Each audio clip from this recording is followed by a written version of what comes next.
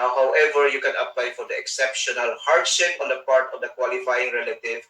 In this case, your U.S. citizen husband or wife, or a green card holder husband or wife. So again, I put a note here. No person who obtained divorce in the United States, and I will maximize my screen here so you could read through my slides. No person who obtained divorce in the U.S. cannot apply for NOS, but may apply for exceptional hardship. Okay. If you are subject to the 2-year home residency requirement, you will need a waiver to obtain an H-1B.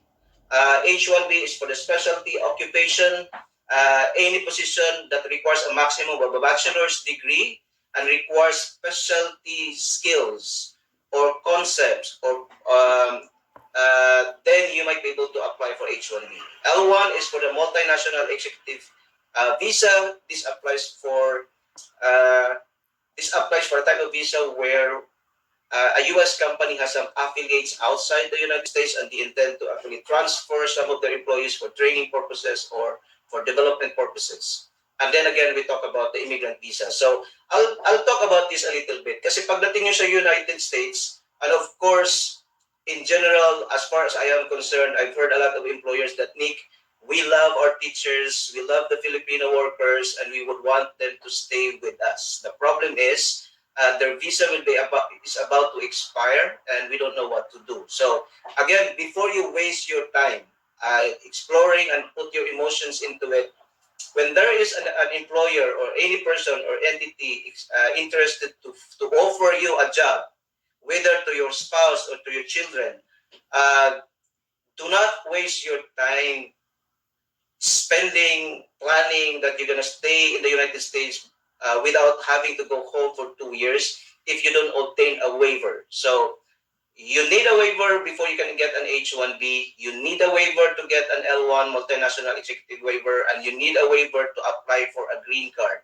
So even if your employer is willing and loving you to stay in the United States, unless you can get a waiver, you cannot get those type of visas. So I just have to reemphasize that so you don't waste your resources and money.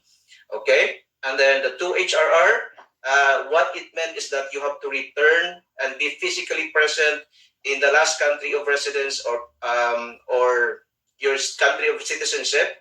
So let's clarify that. So let's say you obtain your J1 visa in the Philippines, and then you stay in the United States for 5 years. Then you have to go back, and they ask Nick, can we actually work in Canada to at least stay there for 2 years, then come back to the United States? No, you cannot. If you obtain your J1 visa in the Philippines, then you have to complete your 2-year home residency requirement in the Philippines. However, if you were a national of Canada, let's say, or a resident in Canada, or you were working in Canada when you obtain your J1 visa, once your J1 visa expires, then you can go back to Canada and comply with the 2-year home residency requirement there, or you can go back to the Philippines and complete your 2-year home residency requirement in the Philippines. So that's what it meant, the 2HRR, ang ibig sabihin, no?